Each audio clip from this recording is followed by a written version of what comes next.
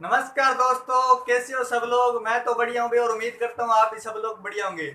तो आज अपने एक बहुत ही बढ़िया टॉपिक लेकर आए हैं, डिविजिबिलिटी रूल यानी कि विभाज्यता का नियम। यानी कि अगर सिंपल भाषा में बात करें अपने, तो कैसे पता चलेगा कि किस संख्या में किस संख्या का भाग जाएगा, यानी भाज्यता का रूल। तो आज अपने इस टॉपिक पर चर्चा करने जा रहे हैं। इससे पहले कि अपने शुरुआत करें, आप चैनल को जल्दी से शेयर कर दीजिए, वीडियो को लाइक कर दीजिए और चैनल को सब्सक्राइब कर दीजिए और बेल आइकन भी प्रेस कर लेना, ताकि आपको इसी प्रकार के वीडियो जल्दी से जल्दी मिलते रहे। तो देखिए, मैं शुरू करता हूँ डिविजिबिलिटी रूल या भाज्यता का नियम। देखिए,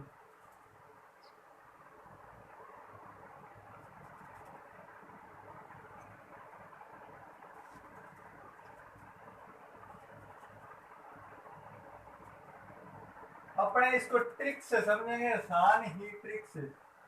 ठीक है, और इसी प्रकार की ट्रिक से वीडियो प्राप्त करने के लिए चैनल को जल्दी से सब्सक्राइब कर लीजिएगा। देखिए, अपने बात करते हैं दो से शुरू करते हैं, क्योंकि एक का तो अपने को सबको पता ही होता है कि एक का भाग तो सब में जाता ही है। अपने दो से शुरुआत करते हैं।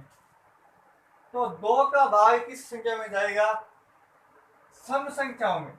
जितनी भी सम संख्या होगी उनमें दो का भाग जाएगा। अब कुछ को ये नहीं पता होगा कि सम संख्या कौन सी होती है। ठीक है, तो पहले मैं थोड़ा सा सम संख्या के बारे में बता देता हूँ।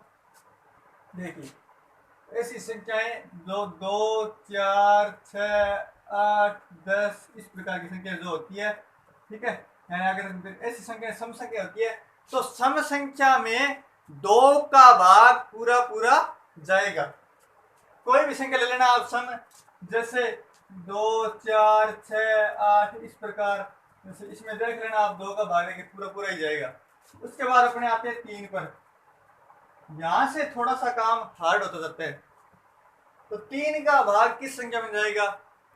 तो जिस संख्या के अंकों का योग 3 से विभाजित हो जाए, उस संख्या में 3 का भाग पूरा पूरा जाएगा।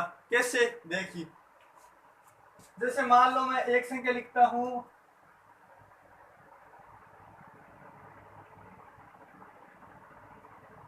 एक संख्या लिखी है जैसे। अब इसके अंकों का योग करके देखते हैं। देखो, 4 और 1 5, 5 और 6 11, 11 और 2 13, 13 और 4 17 और 17 और 4 21। तो 21 आया इसके अंकों का योग और 21 में 3 का भाग सदैव जाता है। तो इसीलिए इस संख्या में भी 3 का भाग जाएगा।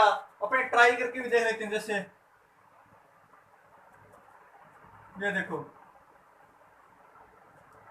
जैसे मैं 3 का भाग दे रहा हूं, तो 12 पर, फिर 2 6 8 या 24, 2 2 7 या 21, 1 4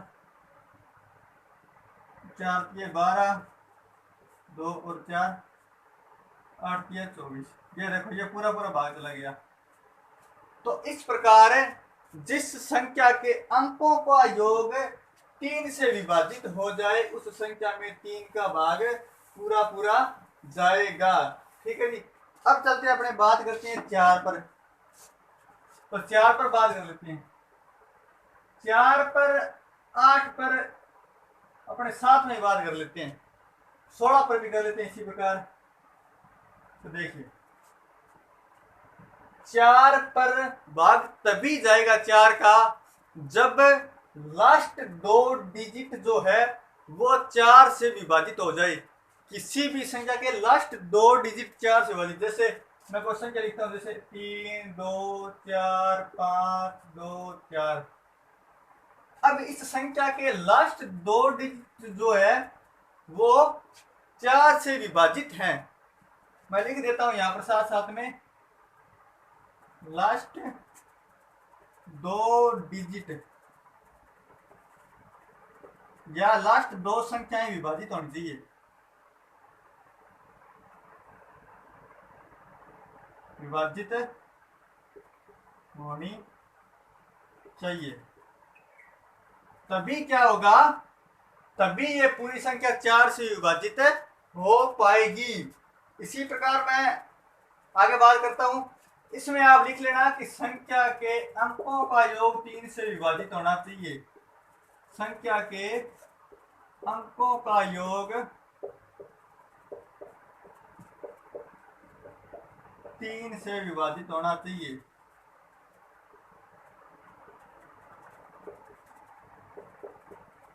ठीक है, होना चाहिए।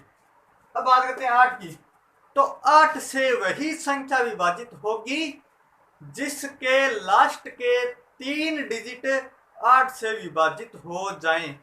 देखिए कैसे, मान लेता हूं मैं कोई संख्या लिखता हूं जैसे 3, 1, 5, 7, 8, 2 और 4। ये मैंने कोई संख्या लिखी है। तो इस संख्या के लास्ट 3 डिजिट देख लो आप। ये जो 3 डिजिट है ये विभाजित होने चाहिए 8 से। देखो 8 एकम 8, 2 उतारा 0 लगाया, फिर 4, 8 किया 24। तो ये क्या है कि विभाजित हो गया 8 से। तो इसका मतलब ये पूरी संख्या जो है 8 से विभाजित होगी ही होगी। तो आप इसमें लिख सकते हैं कि लास्ट के 3 डिजिट 8 से विभाजित होने चाहिए। लास्ट के 3 डिजिट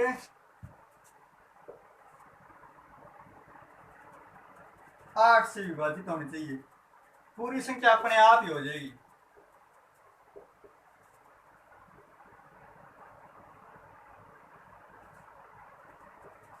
ठीक है जी, अब बढ़ते हैं अपने आगे। देखो अब बात आती है 16 की। तो 16 में आपको क्या याद रखना है, कोई भी संख्या आप लिख लीजिए, पर याद ये रखना कि लास्ट के 4 डिजिट जो है वो 4 डिजिट 16 से विभाजित होने चाहिए। लास्ट के 4 डिजिट 16 से विभाजित होने चाहिए।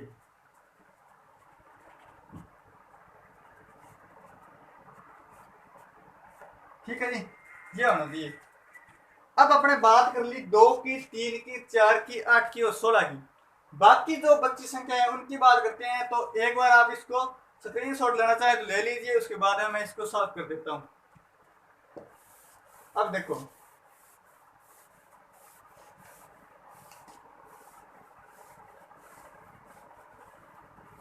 अब बात आती है 5 की।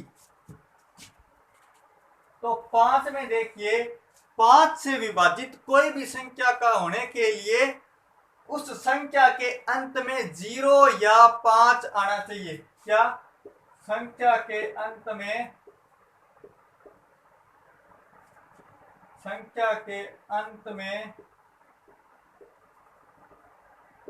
0 या 5 आना चाहिए।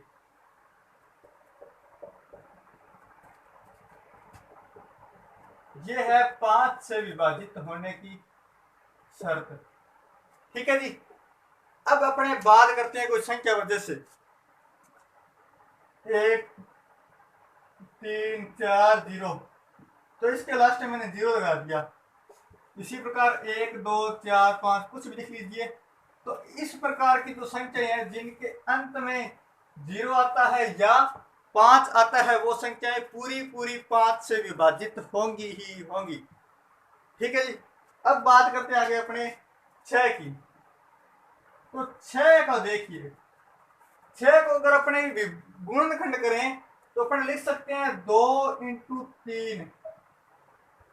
तो इसका मतलब क्या है, इसमें 2 गुण होने चाहिए। एक तो वो जो 2 से विभाज्य होने के लिए जरूरी है, और एक वो जो कि 3 से विभाज्य होने के लिए जरूरी है। तो 2 से विभाज्य होने के लिए जरूरी है सम संख्या होनी चाहिए। सम संख्या, पहली शर्त तो ये आ गई कि सम संख्या होनी चाहिए। अब दूसरी शर्त देखिए, दूसरी शर्त ये थी 3 के विभाज्य होने के लिए कि अंकों का योग जो है वो 3 से विभाजित होना चाहिए। तो अंकों का योग अंकों का योग विभाजित होना चाहिए।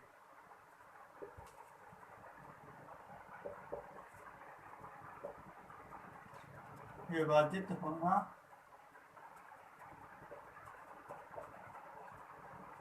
चाहिए।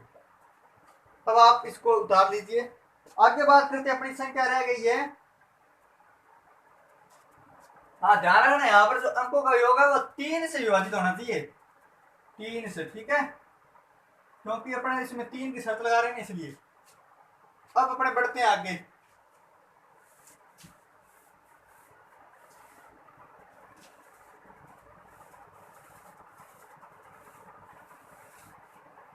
अब देखिए, अब अपनी संख्या रह गई है, हाँ, बात करते हैं अपने 7 की। तो 7 आप याद रख लेना, 7 के से विभाज्य होने के लिए कोई ऐसी शर्त नहीं है, क्योंकि 7 के लिए ऐसी कोई भी शर्त संतुष्ट होती नहीं है, इसलिए 7 की अपने बातें यही करेंगे। 8 की अपने कर लिया बातें 9 पर।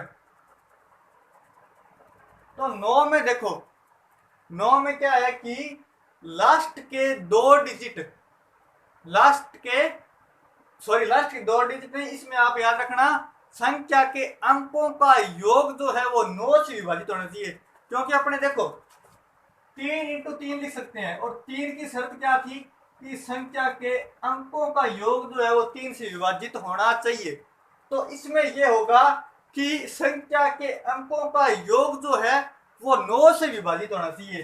तो यहां पर लिख लेना आप, संख्या के अंकों का योग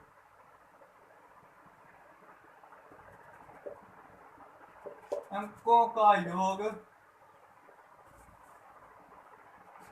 9 से विभाजित होना चाहिए।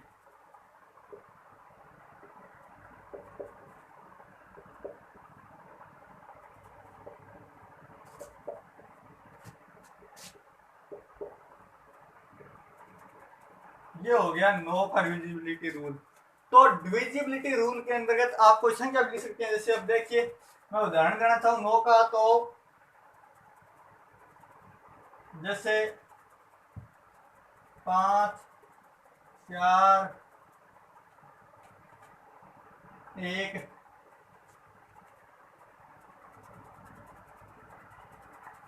9 1 और 7। तो देखो इस संख्या के अंकों का योग करके देखते हैं अपने। तो 5 और 4 9, 9 और 1 10, 10 और 9 19, 19 और 1 20, 20 और 7 27, 27 जो है वो 9 से विभाज्य होगा पूरा पूरा। तो इसका मतलब ये है कि ये संख्या जो है ये भी 9 से विभाजित होगी ही होगी। आप इसको कर भी देख सकते हैं। अब आगे चलते हैं, अपने बात करते हैं 11 की। तो अब अपने 11 की बात करते हैं, तो देखिए, सॉरी 10 की बात कर लेते हैं पहले। तो 10 में क्या है कि आपको स्पष्ट पता है कि 10 से विभाज्य होने के लिए कम से कम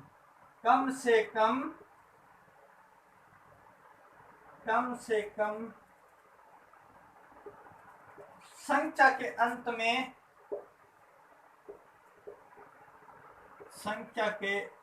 में एक शून्य होना चाहिए। कितना शून्य? एक शून्य होना चाहिए, ठीक है जी। ये हो गया 10 से विभाज्य होने का रूल। आपको एग्जांपल बहुत सारे पता है, जैसे 40 हो गया, 50 हो गया, 60 हो गया, इस प्रकार के एग्जांपल बहुत है। तो 11 की बात करते हैं। तो 11 की बात करने से पहले आप इसको उतार लिया होगा, मैं मान रहा हूं, और अगले चलते हैं अपने आगे। देखिए 11 का, तो 11 से विभाजित किसी संख्या के होने के लिए शर्त यह है कि उस संख्या के एकांतर अंकों का योग जो है, एकांतर अंकों का योग का अंतर समान होना चाहिए। और या दूसरी शर्त क्या है, उन एकांतर अंकों का जो अंतर है, एकांतर अंकों के योग का जो अंतर है वो 11 से विभाजित होना चाहिए। तो देखिए, मैं दोनों नियम लिख देता हूं साथ में, और बाद में आपको समझाऊंगा। एकांतर अंकों का योग का अंतर या तो समान हो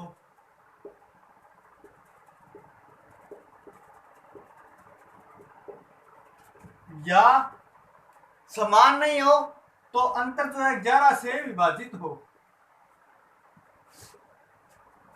दोनों में से एक भी शर्त अगर पूरी करेगा तो 11 से वो संख्या विभाजित हो जाएगी। तो देखिए अपन एग्जांपल के रूप में लेंगे, जैसे कोई ये संख्या है, इस संख्या में देखो मैं एकांतर अंकों का योग निकालता हूं पहले तो देखिए जैसे एकांतर का मतलब है एक छोड़ के एक, तो मैं यहां से शुरू करता हूं 2 और 1, ये 1 और 2 3, 3 और 5, 3 और 5 8, इसके बाद कोई संख्या है नहीं तो छोड़ देंगे। तो अंतर की योग कितना है 8। अब नेक्स्ट अगले डिजिट का योग करेंगे, 1 और 1 2, 2 और 6 8। तो इनका जो अंतर है, पहली बात तो अंतर या तो समान होना चाहिए, तो अंतर अपने निकालें, ठीक है। तो अंतर इनका समान है कितना 8 8, और जो नेगेटिव करें यानी माइनस करें तो 11 से विभाजित होना चाहिए। तो ये देखो ये जो अंतर है ये 11 से विभाजित हो रहा है, इसका मतलब ये संख्या भी 11 से पूरी पूरी विभाजित होगी। अपने चेक कर लेते हैं,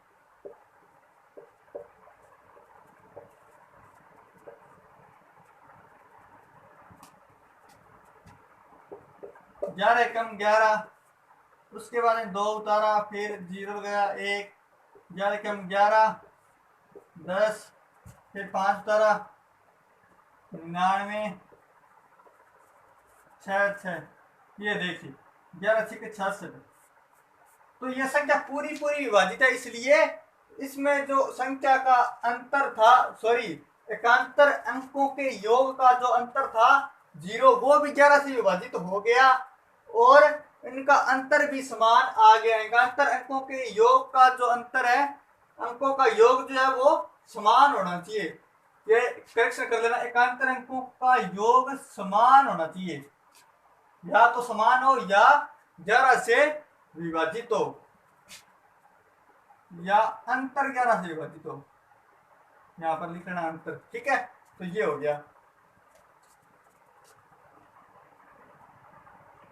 तो आज अपने इतने ही बात करेंगे, बाकी अपने करेंगे नेक्स्ट क्लास में। तो आज के लिए मुझे इजाजत दीजिए, और अभी तक आपने अगर चैनल को सब्सक्राइब नहीं किया तो कर लीजिएगा जल्दी से, और वीडियो को शेयर कर दीजिए, लाइक कर दीजिए। धन्यवाद।